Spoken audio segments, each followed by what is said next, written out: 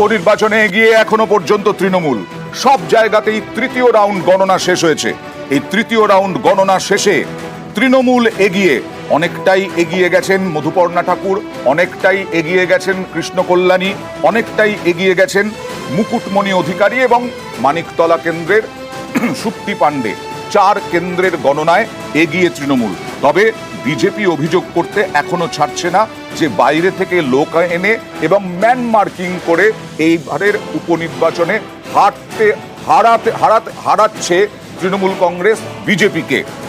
লোকসভায় যে জায়গায় লোকসভায় এগিয়েছিল বিজেপি বিভিন্ন বিধানসভা কেন্দ্রের গ্রাম পঞ্চায়েতে, সেখানে তৃণমূল কংগ্রেস এগিয়ে যাচ্ছে। এবং আগামী সময়ে কি হবে সে তো সময়ই বলবে। তবে সবুজ আবির খেলা এখনো শুরু হয়নি। রানাঘাট দক্ষিণে চলে যাব। তৃতীয় রাউন্ড শেষে তৃণমূল কংগ্রেস প্রার্থী মুকুটমণি অধিকারী 8,537 ভোটে এগিয়ে আছেন। কথা বলবো সরাসরি রঞ্জিতের সঙ্গে। রঞ্জিত, এবার কোন এলাকায় কি জানা যাচ্ছে তৃতীয় রাউন্ডে এগিয়ে গেলেন মুকুটমণি অধিকারী?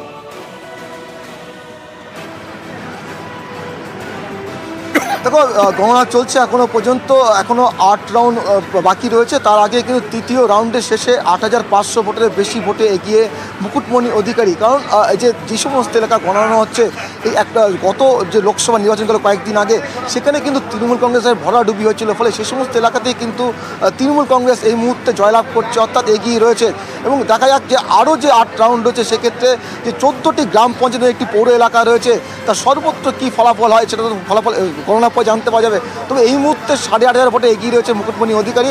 অয়ন্দা, যে সমস্ত জায়গায় এগোচ্ছে, যে সমস্ত কয়েকদিন আগে পর্যন্ত কিন্তু তৃণমূল কংগ্রেস পিছিয়ে ছিল, ফলে এখন কিন্তু তৃণমূল শিবিরে কিন্তু অনেকটাই স্বস্তি। কারণ হচ্ছে যে সংখ্যাটা যেটা রয়েছে 8,500, সেটা কিন্তু ক্রমশ বাড়তে পারে বলে মনে করছে তৃণমূল কংগ্রেস। এবং স্বাভাবিকভাবে তৃণমূল কংগ্রেস উচ্ছ্বসিত। তবে বিজেপির পক্ষও কিন্তু একটা বিষয় কিন্তু স্পষ্ট, যে তারা কিন্তু যে 19 সাল থেকে যে তাদের যে জয়ের ধারা ছিল এই কেন্দ্রে, সেটা কতটা ধরে রাখতে পারবে, বা কেনই বা এই সমস্ত কেন্দ্রে যেখানে কয়েকদিন আগে তারা জয়লাভ করেছিল এবং সেখানে তারা পিছিয়ে পড়ছে, তা নিয়ে কিন্তু বিজেপি কিন্তু পর্যালোচনা শুরু করবে বলে স্বাভাবিকভাবে রাজনৈতিক মহল মনে করছে। তবে এই এখন দেখা যাক যে 11 রাউন্ডের শেষে কি হয়।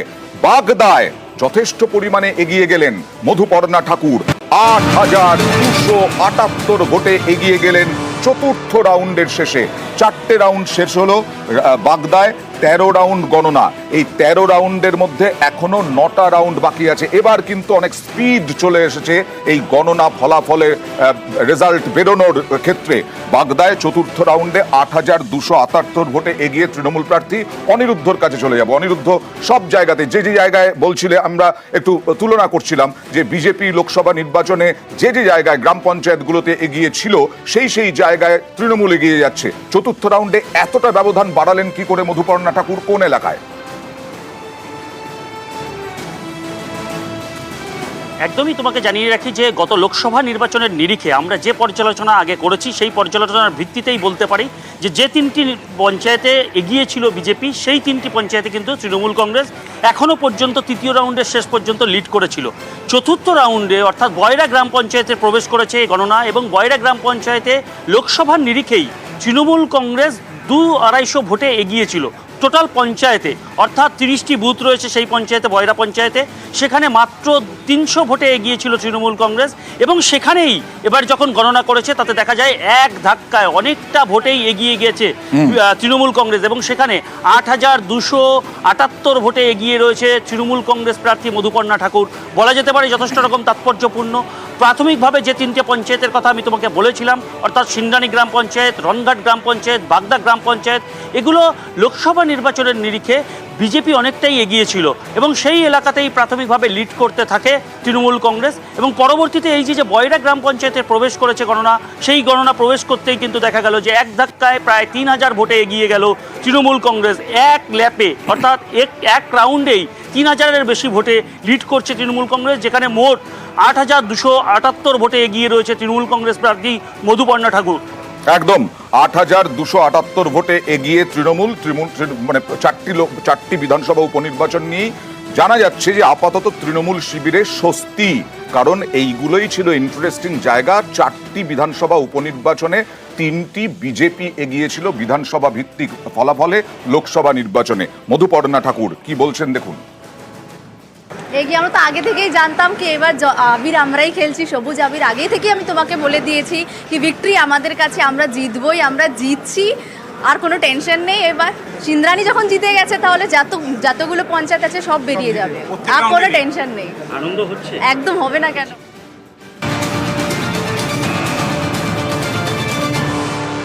আর মানিকতলা কেন্দ্রে শুক্তি পাণ্ডে তিনিও অনেকটাই এগিয়ে গেছেন। মানিকতলা কেন্দ্রে তৃণমূল প্রার্থী শুক্তি পাণ্ডের 3য় রাউন্ড সেখানে শেষ হয়েছে গণনা। 3য় রাউন্ডের শেষেও তিনি এগিয়ে আছেন 13,148 ভোটে। এবং এই মানিকতলা নিয়ে তাদের চিন্তা ছিল যে আবাসন কাটা হচ্ছে কিনা, এই সব চিন্তা দূর করে আপাতত তৃণমূল এগিয়ে, যদিও বিজেপি বারবার অভিযোগ করছে বাইরে থেকে লোক ম্যানমার্কিং এই সব করে এবারের বিধানসভা উপনির্বাচনে হারিয়ে দিচ্ছে তৃণমূল বিজেপিকে। আমি সুদীপ রাহার কাছে যাব। এইটাই হচ্ছে বিজেপির অভিযোগ লোকসভা নির্বাচন থেকে। নতুন নাকি তোমরা পলিসি নিয়েছো ম্যানমার্কিং? ম্যানমার্কিং যদি করতে হয় তাহলে কল্যাণ চৌবে কুণাল ঘোষকে ফোন করলেন কেন?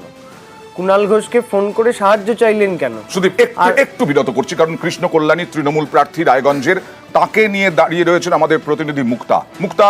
কৃষ্ণ কল্যাণী কি ভাবছেন? বিজেপির যে সমস্ত এলাকায় এগিয়ে ছিল বিজেপি লোকসভা নির্বাচনে, তাকে হারতে হয়েছিল, আজকে তিনি এগিয়ে যাচ্ছেন কিভাবে? দাদা বলছে যে কিভাবে এগিয়ে যাচ্ছেন, কিভাবে সম্ভব হচ্ছে? মানুষকে আমাদের যারা কর্মীরা আছে মানুষের কাছে পৌঁছে এবার উন্নয়নের বার্তা আমরা ভালোভাবে মানুষের কাছে পৌঁছতে পেরেছি যে এটা উপনির্বাচন, এখানে তৃণমূল কংগ্রেস জিতলেই উন্নয়ন হবে। আর সেটা মানুষ পুরো আস্থা রেখেছে, বিশ্বাস রেখেছে। আমাদের কর্মীরা যে হিসাবে মেহনত করেছেন, আমাদের নেতা সন্দীপদার রয়েছেন, কানাইদার রয়েছেন, হ্যাঁ, যে হিসাবে তারা গাইডলাইন দিয়েছিলেন আমি তাদেরকে অনুসরণ করে নির্বাচন লড়েছি, আর তার জন্য এই সফলতা পেয়েছি। মুক্তা, বিজেপি বলছে ম্যানমার্কিং আর বাইরে থেকে লোক এনে এই ভোট করানো হয়েছে বিজেপিকে হারাতে। দাদা বলছে বিজেপি অভিযোগ করছে যে বাইরে থেকে লোক এনে ম্যানমার্কিং করে অভিযোগ করে। ভারত থেকে এই যে জনগণ দুহাত তুলে আশীর্বাদ দিয়েছে আর বিজেপির পায়ের থেকে মাটি সরে গিয়েছে। তারা যে ভুল প্রধানমন্ত্রী এখানে ভুল বুঝিয়েছিলেন সন্দেশখালী নিয়ে, তার প্রতিশোধ রায়গঞ্জবাসী নিয়েছে। তৃণমূলের প্রতি যে ঘৃণার সঞ্চার উনি করেছিলেন সন্দেশখালী ইস্যুটাকে নিয়ে, আর শুভেন্দু অধিকারী যে লুটপাটের রাজনীতি লোকসভা নির্বাচনে জিতলেন কিভাবে বিজেপি প্রার্থী? যে রায়গঞ্জ কোনোদিন ভোট লুটপাটের রাজনীতি বিশ্বাস করে না। লোকসভায় বিজেপি প্রার্থী জিতলেন কি করে? না, বিজেপি ওই বললাম সন্দেশখালী নিয়ে প্রধানমন্ত্রী ভুল বুঝিয়েছিলেন, হ্যাঁ, মানুষকে বিভ্রান্ত করেছিলেন, সেই জন্য বিজেপি তখন জিততে সফল হয়েছিল। কিন্তু এটা যখন সন্দেশখালীর ভিডিওটা মন্ডল প্রেসিডেন্টের উজাগর হয় তখন সত্যটা বেরিয়ে আসে, সেই জন্য বিজেপিকে এবার প্রত্যাখ্যান হয়েছে। যদি সন্দেশখালীর ওই ভিডিওটা যদি আমাদের নির্বাচনের আগে যদি বেরিয়ে যেত তাহলে রায়গঞ্জ লোকসভা আমরা জিততাম। ওকে, কৃষ্ণ কল্যাণীকে অনেক শুভেচ্ছা থাকলো। শুভেচ্ছা কৃষ্ণ কল্যাণীর জন্য, এখন অনেকটা ভোটে এগিয়ে সুদীপ। আমি যেটা বলছিলাম সেটা হচ্ছে যে দেখুন, বিধানসভা উপনির্বাচনে এটা পরিষ্কার হয়ে গেল যে 29টা কেন্দ্রে তৃণমূল কংগ্রেস লোকসভায় জয়লাভ করার পর বাংলার আকাশে যতটুকু মেঘ ছিল, বিজেপি নামক মেঘটা ছিল, সেই মেঘটা কিন্তু আজকের সময় দাঁড়িয়ে কেটে যাচ্ছে। মানুষের ভুল ভাঙছে এবং মানুষ বুঝতে পারছে যে দিল্লিতে যে সরকারটা চলছে সেই সরকারটা যেমন এককভাবে চলতে পারছে না। অন্যদিকে মমতা বন্দ্যোপাধ্যায় তিনি ইন্ডিয়া জোটে একটা গুরুত্বপূর্ণ ভূমিকা পালন করছেন, এমন হতেই পারে আগামী 1 বছর পরে এই সরকারও বদলে যেতে পারে। সেখানে সারা বাংলার রায় যখন তৃণমূল কংগ্রেসের পক্ষে, তাহলে আলাদা করে বাগদা, রায়গঞ্জ, রানাঘাট উত্তর এই জায়গাগুলো বিজেপির হাতে থাকবে কেন? আজকে এই উপনির্বাচন থেকে এটা পরিষ্কার হলো যে বাংলার মানুষ আরো বেশি করে তৃণমূল কংগ্রেসের পক্ষে সংঘবদ্ধ হচ্ছেন, সংগঠিত হচ্ছেন। তার মানে বিধানসভা নির্বাচন রাজ্য ভিত্তিক হলে, বিমলদা, সেক্ষেত্রে মানুষ দেখছেন যে মমতা বন্দ্যোপাধ্যায়ের যে প্রকল্প হাতে টাকা আসছে, বিভিন্নভাবে কন্যাশ্রী, যুবশ্রী, এর ওপরে নির্ভর করে মানুষ ভোট দিচ্ছেন। আর লোকসভা নির্বাচনে ভোট দিয়েছিলেন, এই যে কৃষ্ণ কল্যাণী কিছুক্ষণ আগে বললেন, সন্দেশখালী নিয়ে ভুল বোঝানো, মোদি ভুল বুঝিয়েছেন, আর মোদির উন্নয়ন, এই দুটো নিয়ে লোকসভা নির্বাচনে ভোট দিয়েছিলেন। কিন্তু বিধানসভা নির্বাচনে সেটা হচ্ছে না। হচ্ছে তোমরা আলোচনা করো, আমাদেরও আসতে হয়, ইচ্ছে না থাকলেও পার্টিকে তো রিপ্রেজেন্ট করতেই হবে। এরকম ইচ্ছে নেই কেন? না, ইচ্ছে নেই তার কারণ বলছি, বলতে দাও। হ্যাঁ, তোমাদের ইচ্ছে করবে না দুদিন পর ওই জায়গায় বসতে, যা গালি তোমরাও শুনছো, দুদিন পরে তোমাদের আর ইচ্ছে করবে না, হয়তো তোমাকে তুলে নিয়ে গিয়ে দুগা দিয়ে দেবে। দুদিন পরে এই পরিস্থিতি আসছে, কারণ তোমরা এত করেও তো বাঁচতে পারলে না। প্রধান মুখ্যমন্ত্রী তোমাদের নাম করেও গালিটা দিয়েছেন। একটু অপেক্ষা করো, এখানকার মানে যারা একটু স্বাধীন সংবাদ মাধ্যমের লোক, তাদের কি হাল হতে চলেছে, একটু অপেক্ষা করো। আমার মনে আছে 80-র দশকে যখন মানে 77-এ সিপিএম ক্ষমতায় এলো, সম্ভবত 83 বা 84। একটু বিরত করছি, আপনার কাছেই আসবো। বাগদায় আমরা তো শেষ, একদম সর্বশেষ ফলাফল দিই। বাগদায় পঞ্চম রাউন্ডের গণনা শেষ হয়ে গেছে। 12,444 ভোটে এগিয়ে তৃণমূল প্রার্থী মধুপর্ণা ঠাকুর। পঞ্চম রাউন্ডেও এগিয়ে ঠাকুরবাড়ির সদস্য মধুপর্ণা ঠাকুর। অনিরুদ্ধ, আসলে কি এই ঠাকুরবাড়ির সদস্যকে প্রার্থী করাই তৃণমূলের একটা তুরুপের তাস হলো? দেখো অন্ত, তোমাকে জানিয়ে রাখি যে গত লোকসভা নির্বাচনের নিরিখে যদি ভাবা হয়, বাগদা বিধানসভা উপনির্বাচনের ক্ষেত্রে কিন্তু যথেষ্ট রকম পট পরিবর্তন হলো বলা যেতে পারে। কারণ প্রাথমিকভাবে এখনো পর্যন্ত যে 5টি রাউন্ড গণনা হয়েছে, সেই 5টি রাউন্ডের গণনায় দেখা যাচ্ছে যে 12,444 ভোটে এগিয়ে রয়েছে তৃণমূল কংগ্রেস প্রার্থী।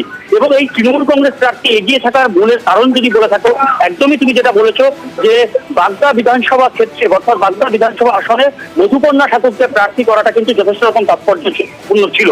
কারণ মথুয়া গড় বলা যায় বাগদাকে, এবং সেই মথুয়া গড়ে এই মধুপর্ণা ঠাকুর একদম কনিষ্ঠ প্রার্থী, এবং সে যেহেতু যুব সমাজের কাছে যথেষ্ট রকম গ্রহণযোগ্য হয়ে উঠেছিল, সেই কারণেই বলা যেতে পারে এই লিড। এখনো পর্যন্ত যে পঞ্চম রাউন্ডের শেষে যে রেজাল্ট পাওয়া যাচ্ছে, 12,444 ভোটে এগিয়ে রয়েছে মধুপর্ণা ঠাকুর, সেটা যথেষ্ট রকম তাৎপর্যপূর্ণ।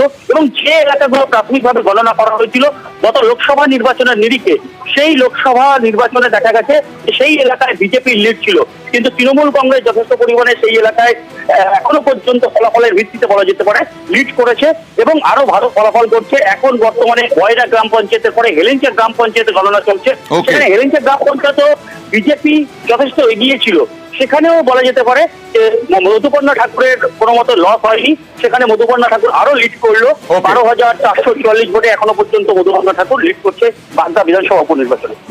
আমি বিমলদার কাছে আসবো। আমাদের ভবিষ্যৎ নিয়ে আপনি বললেন, কিন্তু আপনাদের ভবিষ্যৎটা কি? আমরা বুঝে নেবো, আমি তো হারছেন কেন এই সমস্ত এলাকায়? আরে এই হার তো হতেই পারে, এই হার যা ইলেকশন তোমরাই দেখিয়েছো, আমি তো আর ইলেকশন কভার করতে যাইনি। তোমরা যা দেখিয়েছো তার ভিত্তিতে তোমরা এই ডিসিশনে আসতে পারো। আমি শুধু একটা কথা বলি, সম্ভবত 83 বা 84 সালে বেলগাছিয়ার কোনো একটি কেন্দ্রে উপনির্বাচন হয়েছিল, এবং সেখানে কংগ্রেস জিতে গিয়েছিল, এবং সিপিএম বুঝেছিল যে এইভাবে ইলেকশন আর করতে দেওয়া যায় না। 1990 সালে দেবীপ্রসাদ চট্টোপাধ্যায় যখন চৌরঙ্গি আসনটা ছেড়ে দিয়ে রাজস্থানের রাজ্যপাল হলেন, চৌরঙ্গিতে উপনির্বাচন হলো। যে চৌরঙ্গিতে কোনো কালে সিপিএম জেতেনি, কংগ্রেসই জিতত বরাবর, সেখানে অনিল চট্টোপাধ্যায়কে সিপিএম জিতিয়ে বেরিয়ে দিয়ে চলে গেছিল, মনে পড়ছে? এবং সেই সময় পশ্চিমবাংলা প্রদেশ কংগ্রেস সভাপতি ছিলেন সিদ্ধার্থ শঙ্কর রায়। আমি এইটা কিছুতেই মাথায় আনতে পারছিলাম, তাতাকে জিজ্ঞেস করলাম, ও বলেছিল গণিকান্ত চৌধুরী। পরে আমি খুঁজে খুঁজে দেখলাম ওটা সিদ্ধার্থ শঙ্কর রায়, এবং সিদ্ধার্থ শঙ্কর রায় বলেছিলেন যে ইলেকশনগুলো জ্যোতি করে কেন, তো জ্যোতি বলেই বলতেন, ও তো এমনি নিয়ে নিতে পারে, তো আমরা তাহলে টাকাগুলো বেঁচে যাই আর ইয়ে করি না। ফলে এই উপনির্বাচনগুলো দেখে আমার এইটাই মনে হয় যে এত পয়সা খরচ করে উপনির্বাচন করা কেন? নির্বাচন কমিশন করাচ্ছে, আমি এটা আমার কথাটা বললাম, নির্বাচন কমিশন ভোট করাবে, আমি বলি কেন্দ্রীয় বাহিনীও আসতে পারে, আমাদের এখানে বলতে আসতে হবে, আমাদের নির্বাচনে দাঁড়াতে হবে, নির্বাচনের স্বার্থে গণতন্ত্রের স্বার্থে লড়তে হবে, এই ঘটনাগুলো ঘটবে। আমার বক্তব্য পরিষ্কার যে এই যে একটু আগে কৃষ্ণ কল্যাণীর কথা দেখাবে, উনি তাহলে 2021-এ মানুষকে কি ভুল বুঝিয়ে নির্বাচিত হয়েছিলেন, তারপর নিজের কোন ভুল তিনি বুঝতে পারলেন দিয়ে তৃণমূলে জয়েন করলেন, আসলে নিজের ব্যবসা বাণিজ্যগুলো বাঁচাতে সেই দম নেই তৃণমূলের পক্ষে লড়া। আমি বাদশার কাছে আসবো।